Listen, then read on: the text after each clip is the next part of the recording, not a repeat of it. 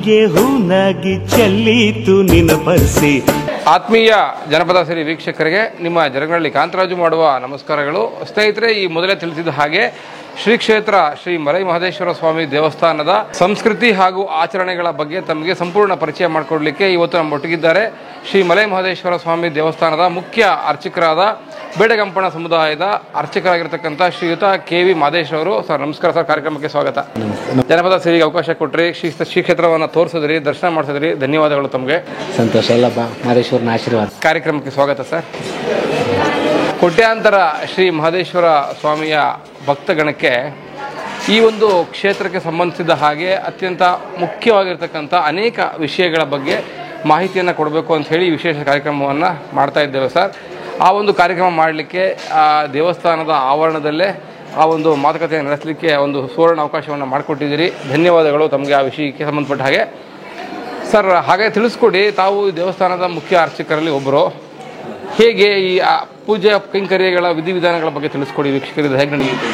ನಮ್ಮಲ್ಲೇ ಮಲೆ ಮಹದೇಶ್ವರರಿಗೆ ನಾವು ಇಲ್ಲಿ 3 ಮನೆತನದವರು ಪೂಜೆಯನ್ನು ನಿರ್ವಹಿಸ್ತಾ ಇದ್ದೀವಿ. ಅದರಲ್ಲಿ ಒಂದು ಮನೆತನದ ಸರದಿ ಅರ್ಚಕರಲ್ಲಿ ಮುಖ್ಯ ಅರ್ಚಕರಾಗಿ ನಾವು ಜವಾಬ್ದಾರಿ ನಿರ್ವಹಿಸ್ತಾ ಇದ್ದೀವಿ. ಗಂಧದ ಕರಡಿಗೆಯಲ್ಲಿ ಒಳ್ಳೆ ಗೊಂಬೆಯಾಗಿ ಕುಂತವನು. ಸೊ ಈ ರೀತಿಯಾಗಿ ನೀವು ಪಾಳಿ ಪದ್ಧತಿ ಪ್ರಕಾರ ದೇವರಿಗೆ ಪೂಜಾ ಕೈಂಕರ್ಯಗಳನ್ನ ಮಾಡ್ಕೊಂಡು ಬರ್ತಾ ಇದ್ದೀರಿ ಸರ್. ಈಗ ನಮಗೆ ತಿಳಿದಿರೋ ವಿಷಯ ಏನು ಅಂತಂದರೆ, ಈಗ ಬೇಡಗಂಪಣ ಸಮುದಾಯ ಬಂದು ಒಂದು ಬುಡಕಟ್ಟು ಸಮುದಾಯ ಅಂತ ಹೇಳ್ತಾರೆ. ಈಗ ಶರಣ ಸಂಸ್ಕೃತಿಯ ಹಿನ್ನೆಲೆ ಹೊಂದಿರತಕ್ಕಂಥ ಮಲೆ ಮಹದೇಶ್ವರರಿಗೆ ಈ ಬುಡಕಟ್ಟು ಸಮುದಾಯದ ನಂಟು ಹೇಗಾಯಿತು, ನೀವು ಅವ್ರು ಹೇಗೆ ಸೇರ್ಕೊಂಡ್ರಿ ಅಂತ? ಸರ್, ಇತಿಹಾಸದ ಪ್ರಕಾರವಾಗಿ ಸುಮಾರು ಸಾವಿರಾರು ವರ್ಷಗಳ ಹಿಂದೆ ಈ ಬೇಡಗಂಪಣ ಸಮುದಾಯ ಏನಿದೆ, ಇದು ಶ್ರೀಶೈಲ ಕಾಳಹಸ್ತಿ ಆ ಭಾಗದಲ್ಲಿ ವಾಸ ಮಾಡ್ತಿದ್ದಂಥ ಸಮುದಾಯ ಇದು. ಸಾವಿರಾರು ವರ್ಷಗಳ ಹಿಂದೆ ರಾಜರುಗಳ ಯುದ್ಧ ನಡೆಯುವಂಥ ಸಂದರ್ಭಗಳಲ್ಲಿ ನಮ್ಮ ಬೇಡಗಂಪಣ ಸಮುದಾಯವನ್ನು ದೊಡ್ಡ ಸೈನ್ಯವಾಗಿ ಅವರು ಈ ಅಂಬು ವಿದ್ಯೆಗಳಲ್ಲಿ ತಗೊಳ್ತಾ ಇದ್ರು ಅಂತ ಹಲವಾರು ಒಂದಷ್ಟು ಲೇಖಕರು ಕೂಡ ಇದನ್ನ ಗುರುತಿಸಿದ್ದಾರೆ. ಆ ಸಂದರ್ಭದಲ್ಲಿ ನಾವು ಯಾವ ರಾಜನ ಪ್ರತಿನಿಧಿಸೋದು ಯುದ್ಧದಲ್ಲಿ ಆ ರಾಜ ಸೋತಿದ್ದಾನೆ ಮತ್ತು ಆ ರಾಜ ಸತ್ತ ಅಂತ ವಿಷಯ ಕೇಳಿದ ಮೇಲೆ ಅಲ್ಲಿರ್ತಕ್ಕಂಥ ಬೇಡರು ನಾನಾ ಕಡೆಗೆ ಹೊರಡ್ತಾರೆ. ಬೇಡಗಂಪಣರು ಒಂದೇ, ಬೇಡರು ಒಂದೇ. ಹೌದು ಸರ್. ಅಂದರೆ ಸರ್, ಗಂಪಣ ಅಂದರೆ ಒಂದು ಸಮೂಹ ಅಂತ, ಗುಂಪು ಅಂತ ಸರ್. ಬೇಡರ ಗುಂಪು ಅಂತ ಸರ್. ಗಂಪಣ ಅಂತಂದರೆ ಒಂದು ಗುಂಪು ಅಥವಾ ಒಂದು ಸಮೂಹ ಅಥವಾ ಒಂದು ಜಾತಿ ಅಂತಲೂ ಕೂಡ ಅದು ಹಳಗನ್ನಡದಲ್ಲಿ ಅದರದ್ದು ಉಲ್ಲೇಖ ಇದೆ ಸರ್. ಬೇಡರ ಗುಂಪು ಅಂತಂದರೆ ಹಾಗಾಗಿ ಕಥೆಯಲ್ಲಿ ಮಹದೇಶ್ವರ ಕಥೆಯಲ್ಲಿ ಬೇಡರ ಕಣ್ಣಪ್ಪನೂ ಬರ್ತಾರೆ. ಹೌದು ಸರ್. ಅಂದರೆ ಬೇಡರ ಕಣ್ಣಪ್ಪ ಯಾಕೆ ಬರ್ತಾನೆ, ಆ ಬೇಡರ ಕಣ್ಣಪ್ಪನ ವಂಶಸ್ಥರು ಸರ್ ನಾವೆಲ್ಲ. ದೇವಾದಿ ದೇವ ಏಳುಮಲೆಯ ಮಹಾದೇವ. ಏನು ಶ್ರೀಶೈಲದ ಮತ್ತು ಕಾಳಹಸ್ತಿ ಭಾಗದಲ್ಲಿ ಏನು ಬೇಡರ ಕಣ್ಣಪ್ಪ ಈ ಪೂರ್ವದಲ್ಲಿ ಮಹದೇಶ್ವರರಿಗೆ ಶಿವನಿಗೆ ತನ್ನ ಮೂಢ ಭಕ್ತಿಯನ್ನು ಅರ್ಪಿಸೋದ್ರ ಮುಖಾಂತರವಾಗಿ ಹಸೆ ಮಾಂಸವನ್ನು ನೈವೇದ್ಯ ಮಾಡಿ ಮತ್ತು ತನ್ನ ಕಣ್ಣನ್ನೇ ಶಿವನಿಗೆ ದಾನವಾಗಿ ಮಾಡಿದಂಥ ಅದು ಪ್ರಚಲಿತ ಕಥೆ. ಆ ವಂಶಸ್ಥರಲ್ಲಿ ಈ ಬೇಡರಲ್ಲೂ ಕೂಡ ಮಹದೇಶ್ವರ ಅವರು ಕಣ್ಣಪ್ಪನ ಕೂಡ ಒಬ್ಬನಾಗಿ ಬರ್ತಾನೆ. ಹಾಗಾಗಿ ನಾವು ಕೂಡ ಆ ಮನೆತಂದರಾಗಿ ಬಂದಿರೋರು, ನಾವು ಆ ಸಮುದಾಯಕ್ಕೆ ಸೇರಿದವರು. ಆ ಸಂದರ್ಭದಲ್ಲಿ ಚದುರಿದ ಬೇಡರಂತ ನಾವು ಈ ಕಡೆಗೆ ವಲಸೆ ಬರ್ತೀವಿ ಸಾವಿರಾರು ವರ್ಷಗಳಿಗೆ ಕಾಡು ಮುಖಾಂತರವಾಗಿ. ಅಂದರೆ ಹಿಂದೆ ಅದೇ ಏನು ಶಿಫ್ಟಿಂಗ್ ಕಲ್ಟಿವೇಷನ್ ಅಂತಿತ್ತಲ್ಲ, ಎಲ್ಲಿ ಫಲವತ್ತತೆ ಜಮೀನುಗಳನ್ನು ಉಳುಮೆ ಮಾಡೋದು ಬರೋದು, ಆ ಥರದಲ್ಲೇ ನಾವು ಈ ಹಲವಾರು ಭಾಗದಲ್ಲಿ ನಾವು ಮಹದೇಶ್ವರ ಬೆಟ್ಟ ಈಗ ತಮಿಳುನಾಡು ಏನಿದೆ ಒಂದು 2,500 ಸಾವಿರ ಚದರ ಕಿಲೋಮೀಟರ್ಗಳು ಕೂಡ ನಾವು ಮಾಡಿರುವಂಥ ಕುರುಹುಗಳು ಈಗಲೂ ಇದೆ. ಎಲ್ಲ ಕಡೆಗೂ ಇದ್ದಂಥವ್ರು ನಾವು ವಾಸ ಮಾಡ್ತಿದ್ದಂಥ ನಾಗಮಲೆ ಕಲ್ಮೇಲೆ ಹೊರಗೌನೆ. ನಾವು ಬಂದ ತರುವಾಯ ಮಹದೇಶ್ವರರು ಕೂಡ ಶ್ರೀಶೈಲದ ಭಾಗದಿಂದನೇ ಎಲ್ಲ ಪವಾಡಗಳನ್ನು ಮಾಡ್ತಾ ಮಹದೇಶ್ವರರು ಕೂಡ ಇದೇ ಭಾಗಕ್ಕೆ ಬರ್ತಾರೆ. ಬಂದಾಗ ಮಹದೇಶ್ವರರು ಇಲ್ಲಿ ಭೇಟಿ ಮಾಡ್ತಾರೆ ನಮ್ಮನ್ನು. ಮಹದೇಶ್ವರರು ನಮಗೂ ಒಂದಿಸೆ ಭೇಟಿ ಆಗ್ತೀವಿ. ಅದಾದ ನಂತರ ಈ ಮುಗ್ಧ ಜನ ಏನಿದ್ದಾರೆ ಇವರು ಇನ್ನು ಮುಂದಿನ ದಿನಗಳಲ್ಲಿ ನನ್ನ ಪೂಜೆಗೆ ಇವ್ರನ್ನ ನಿಯುಕ್ತಿ ಮಾಡ್ಕೊಳ್ಬೇಕು ಅಂತೇಳಿ. ಅಂದರೆ ಕ್ಷಮಿಸಿ, ನನಗೆ ಈಗಲೇ ನಿಮ್ಮ ಮಾತನ್ನ ಕೇಳ್ತಾ ಇರಬೇಕಾದ್ರೆ ಒಂದು ಪ್ರಶ್ನೆ ಬಂತು. ಅಂದರೆ ಮಲೆ ಮಹದೇಶ್ವರರು ಆ ಶ್ರೀಶೈಲದಿಂದ ಹೊರಟು ನಾಡಿನಾದ್ಯಂತ ಪ್ರವಾಸವನ್ನು ಮಾಡ್ತಾ ತನ್ನ ಶರಣಕ್ರಾಂತಿಯನ್ನು ಬೀರ್ತಾ ಪವಾಡಗಳನ್ನು ಮಾಡ್ತಾ ಕಡೆಗೆ ಈ ಭಾಗದ ಅರಣ್ಯ ಪ್ರದೇಶಕ್ಕೆ ಯಾಕೆ ಬಂದಿರ್ಬೋದು ಅಂದರೆ ಇಲ್ಲಿ ನನ್ನ ಜನ ಇದ್ದಾರೆ ಅನ್ನೋ ಕಾರಣಕ್ಕೆ ಬಂದಿರ್ಬೋದಾ?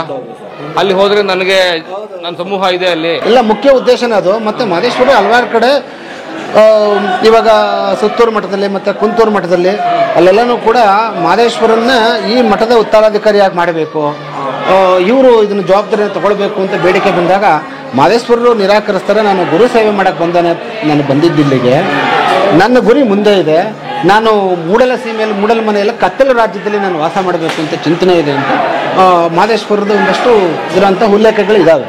ಹಾಗಾಗಿ ಈ ಭಾಗಕ್ಕೆ ಸದುದ್ದೇಶದಿಂದನೇ ಮಹದೇಶ್ವರರು ಬರ್ತಾರೆ. ಮತ್ತು ಈ ಜನಾಂಗವನ್ನು ಈ ನಾಗರಿಕತೆ ತರಬೇಕು ಅನ್ನೋ ದೃಷ್ಟಿ ಇಟ್ಕೊಂಡು ಈ ಭಾಗದಲ್ಲಿ ಬರ್ತಾರೆ. ನಮ್ಮಲ್ಲೂ ಕೂಡ ಈಗಲೂ ಬೇಡಗಂಪಣ ಜನಾಂಗದಲ್ಲಿ ಒಂದೇ ಜಾಗದಲ್ಲಿ 48 ಪಾಲೆಗಳಿದ್ದಾವೆ.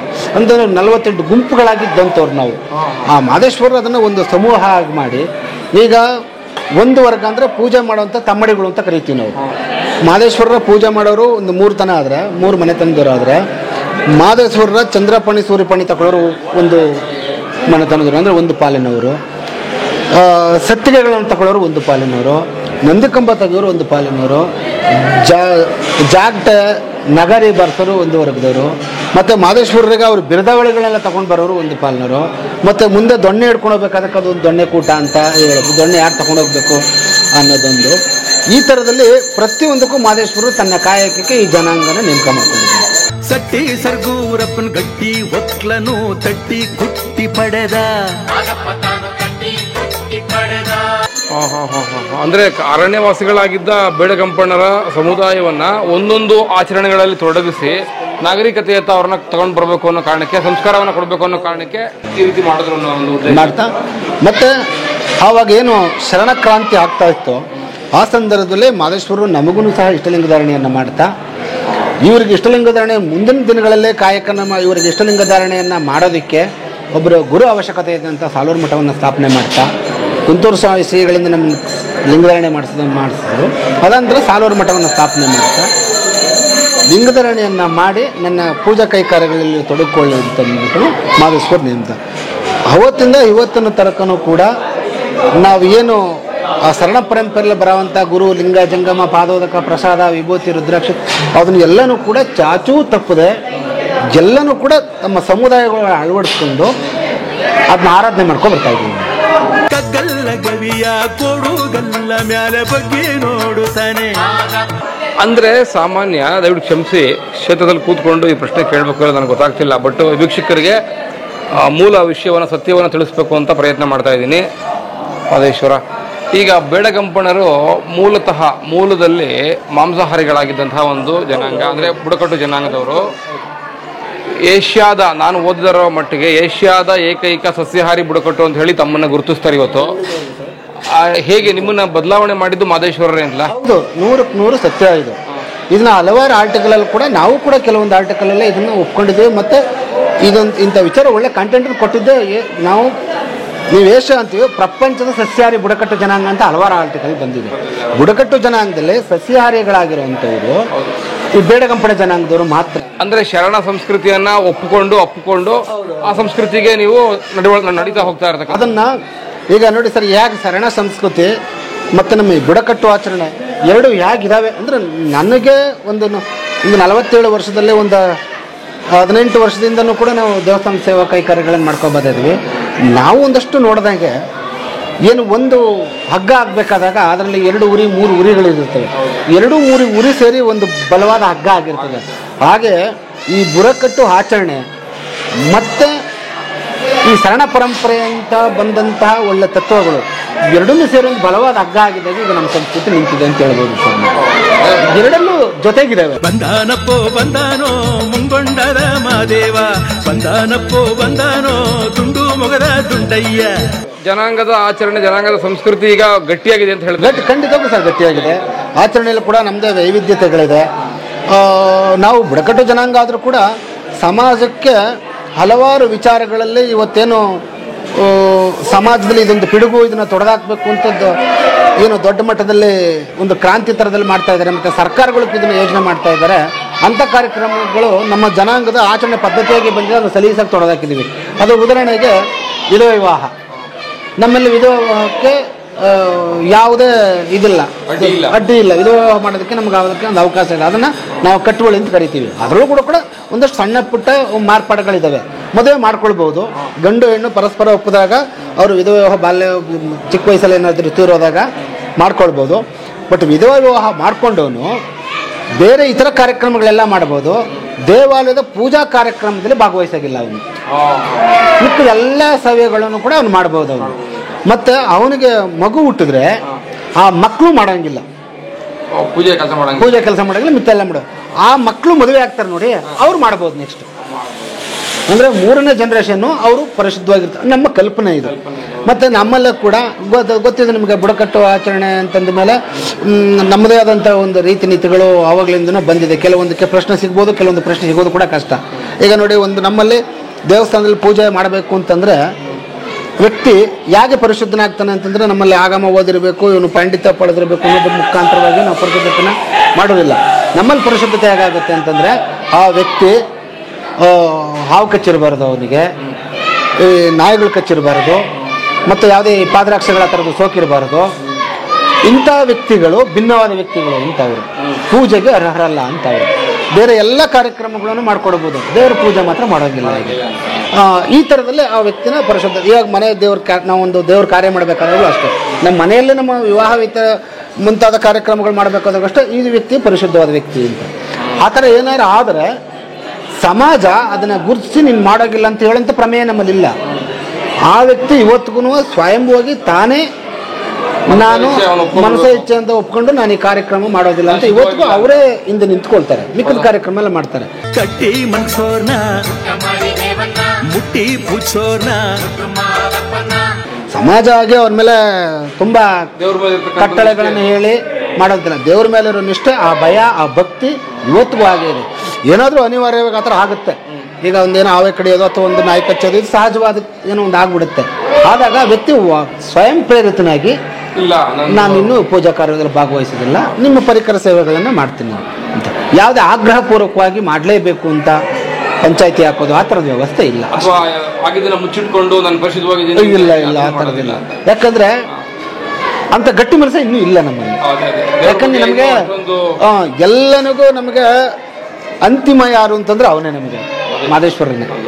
ಹಾಗಾಗಿ ಜನಗಳಿಗೆ ನಾವು ಮೋಸ ಮಾಡ್ಬೋದು, ಮಾದೇಶ್ವರನಿಗೆ ನಾವು ಮೋಸ ಮಾಡೋಕ್ಕಾಗಲ್ಲ, ಗೊತ್ತಾಗಲ್ಲ. ನನ್ನ ಪೀಳಿಗೆಗಳು, ಯಾಕಂದ್ರೆ ನಾನು ಒಬ್ಬನೇ, ನನ್ನ ಕುಟುಂಬದಲ್ಲಿ ನಾನು ಒಬ್ಬ ಹೋಯ್ತಿದ್ದು, ನನ್ನ ತಮ್ಮ, ನನ್ನ ಅಣ್ಣ, ನನ್ನ ಮಕ್ಕಳು ಎಲ್ಲರೂ ಮಾಡ್ಬೋದಲ್ಲ. ಅವ್ರುಗಳಿಗೆ ಮಾದೇಶ್ವರರ ಪೂಜೆಯಿಂದ ನಾವು ವಂಚಿತರಾಗ್ಬಿಡ್ತೀವಿ, ಅವನು ಕೋಪಕ್ಕೆ ಗುರಿ ಆಗ್ಬೇಕಾಗುತ್ತೆ ಅಂತ ಮಾದೇಶ್ವರ ಹತ್ರ ಮುಚ್ಚಿಟ್ಕೊಳ್ಳುವಂಥದ್ದು ಯಾರು ಇದುವರೆಗೂ ಆ ಥರ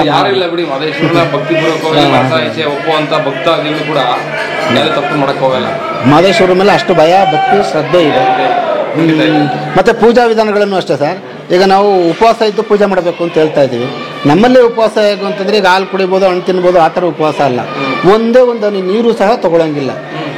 ಇವತ್ತು ರಾತ್ರಿ ಏನು ನಾವು ಪ್ರಸಾದ ಸ್ವೀಕಾರ ಮಾಡಿದ್ರೆ ನಾಳೆ ರಾತ್ರಿ 1 ಗಂಟೆ 1:15 ಕೂಡ ಆಗುತ್ತೆ ಕೆಲವು ಪೂಜೆಗಳು ಮುಗಿಬೇಕು ಅಂತಂದರೆ ನಮಗೆ. ರಾತ್ರಿ ಅಲ್ಲಿ ತನಕ ಒಂದೇ ಒಂದು ನೀರು ಸಹ ಸೇವಿಸಂಗಿಲ್ಲ ನಾವು. ಅಷ್ಟು ಕಟ್ಟುನಿಟ್ಟಾಗಿ ನಾವು ಪೂಜೆ ಮಾಡೋದು. ಮತ್ತು ದೇಸಿ ಹಸುವಿನ ಆಕಳ ಹಾಲೆ ಮಾದೇಶ್ವರನಿಗೆ ಅಭಿಷೇಕಕ್ಕೆ ನಾವು ಬಳಸೋವಂಥದ್ದು. ಈಗ ಅದು ಇಲ್ಲಿಂದ 10 ಕಿಲೋಮೀಟ್ರು 5 ಕಿಲೋಮೀಟ್ರು ನಾವೆಲ್ಲ ಅರಣ್ಯದಲ್ಲಿ ದೊಡ್ಡಗಳು ಇರ್ತವೆ ಅಥವಾ ಬೇರೆ ಗ್ರಾಮಗಳಿರ್ತವೆ. ಅವರು ಕೂಡ ಮಾದೇಶ್ವರಿಗೆ ನಾನು ಹಾಲಾಭಿಷೇಕ ಮಾಡಬೇಕು ಅಂತ ಅರಕೆ ಹೊತ್ಕೊಂಡಿರ್ತಾರೆ.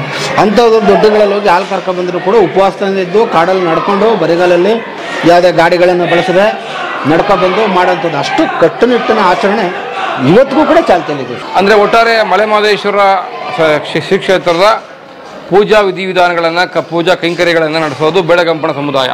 ಅದು ಹೊರತುಪಡಿಸಿ ಬೇರೆ ಯಾರು ಇಲ್ಲ ಸರ್.